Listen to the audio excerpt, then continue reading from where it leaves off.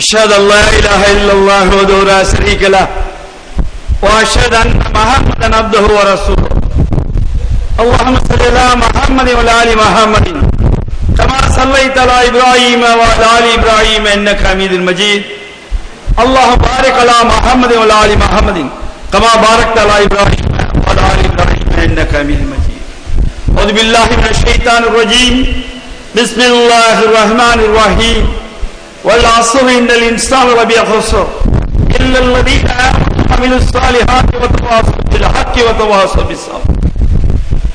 ஏகனாகிய அல்லாஹ்வை போற்றி புகழ்ந்தவனாக, அவனால் எடுத்தறியப்பட்ட சைத்தான்களிலிருந்து பாதுகாவல் தேடியவனாக, அந்த ஏகனுடைய நல்லருள் நமது முஸ்தபா ரசூலை கரீம் ஸல்லல்லாஹு அலைஹி வஸல்லம் அவர்கள் மீதும், அவர்கள் விட்டு சென்ற இஸ்லாத்தை தன் உயிர் கொடுத்து காத்த சத்திய சஹாபாக்கள், தாபியன்கள், தபோ தாபியன்கள், நல்லதை எடுத்துச் சொன்ன இமாம்கள் மீதும், குறிப்பாக இங்கே கூடி அமர்ந்திருக்கின்ற நாம் அனைவர் மீதும் உண்டாவதாக.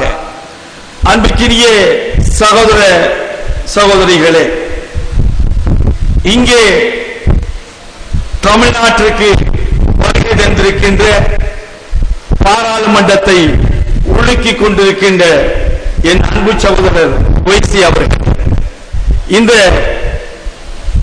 கூட்டத்திலே, கூட்டம் என்று சொல்வதை விட உண்மையிலேயே பிரஸ் மீட் என்றுதான் சொன்னார்கள். இங்கே வந்த பின்புதான் தெரிகிறது கூட்டமாக மாற்றியிருக்கிறார்கள். வந்து அமர்ந்திருக்கின்ற அனைத்து சகோதரர்கள் மீதும் ஊரிலேயும் சாந்தியும் சமாதானம் உண்டாவதாக.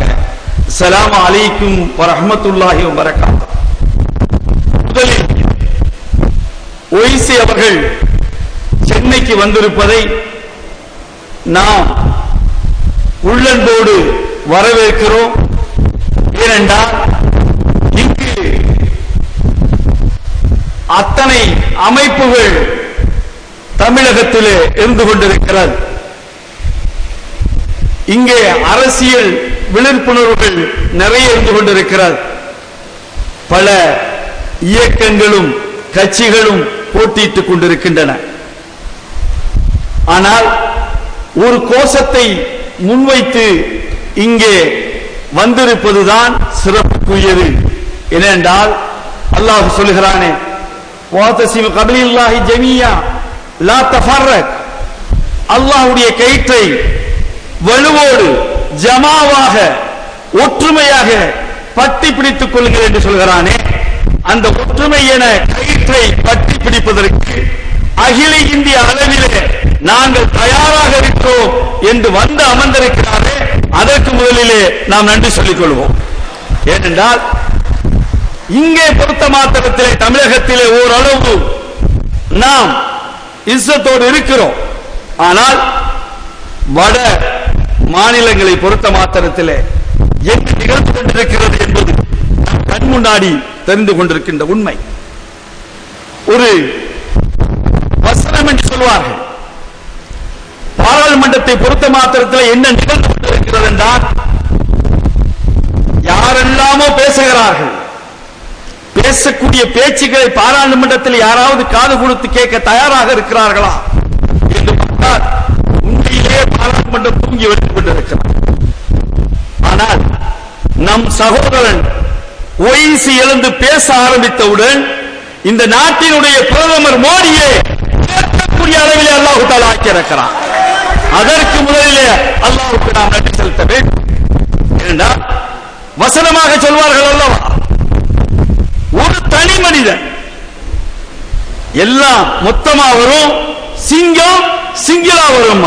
அந்த பாராளுமன்றத்தை பொறுத்த மாத்திரத்திலே ஒரு தனி மனிதனாக நின்று கொண்டு பாராளுமன்றத்தினுடைய ஒட்டுமொத்த அந்த உறுப்பினர்களை கண்பால் ஈர்த்து நிப்பாட்ட வைக்கிறார் என்றால் அதற்கு ஒரே காரணம், இந்த உலகத்திலே இந்த ஆட்சிக்கு, இந்த அதிகாரத்துக்கு, இந்த பிரதமருக்கு, இந்த ஜனாதிபதிக்கு, இந்த ராணுவத்துக்கு நான் அஞ்ச மாட்டேன், அல்லாஹ் ஒருவருக்குத்தான் அஞ்சுவேன் என்ற அச்சம் இருக்கிறது.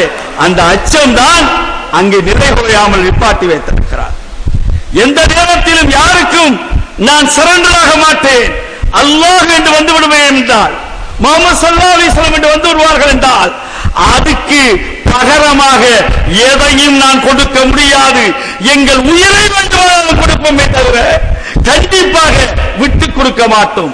கருவாபசி என்று அவர்கள் சொல்கின்ற போது தாய் மதம் திரும்புகிறார்களா? அதற்கு எல்லோரும் வாய்ப்புத்தான் இருந்தோம். நாங்கள் தமிழகத்தை பொறுத்த மாத்திரத்திலே நாங்கள் மிக தெளிவாக சொன்னோம், தாய் மதம் என்பது நீங்கள் திரும்ப வேண்டும் என்றால் நீங்கள் சத்திய இஸ்லாத்திற்குத்தான் வர வேண்டும். நீங்கள் பிறக்கின்ற ஒவ்வொரு குழந்தையும் முஸ்லீமாகத்தான் பிறக்கிறது என்பதை தமிழகத்திலே சொன்னோம்.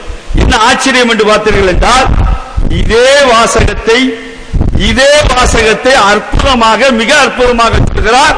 நீ கருவாபசி என்றால் இஸ்லாத்தை நோக்கி வா, ஏனென்றால் இஸ்லாம் தான் தாய் மதம் என்று அடித்து சொல்லக்கூடிய அளவிலே என் சகோதரன் இருக்கிறானே, அதற்கு நாம் நன்றி செலுத்த வேண்டும். உண்மையிலே அற்புதமாக எடுத்து சொன்னார். அதே போல பாரதி மாதா கே ஜெய், பாரதி மாதா கே ஜெய் என்று சொல்ல வேண்டும் என்றால் என் கழுத்திலே கத்தியை வைத்தால் கூட, என் கழுத்திலே கத்தியை வைத்தால் கூட சொல்ல மாட்டேன் என்று சொல்லுகின்ற துணிவு இருக்கிறது. அது அல்லாஹ் நம் சமூகத்துக்கு கொடுத்திருக்கிறான். அந்த வகையிலே நாங்கள் வரவேற்கிறோம். இந்திய தௌஹீத் ஜமாத் உள்ளன்போடு உங்களை வரவேற்கிறது. கண்டிப்பாக அல்லாஹ் தஆலா உங்கள் மூலியமாக ஒரு இணைப்பை, ஒரு பிணைப்பை, அரசியலில் ஒரு மாற்றத்தை இன்ஷா அல்லாஹ் அல்லாஹ் நாடுவான் என்றால் பாராளுமன்றத்தையே நாம் கைப்பற்றி ஒரு இஸ்லாமிய ஆட்சியை அமைத்து காட்டுவோம் இன்ஷா அல்லாஹ். அஸ்ஸலாமு அலைக்கும் வரஹ்மத்துல்லாஹி.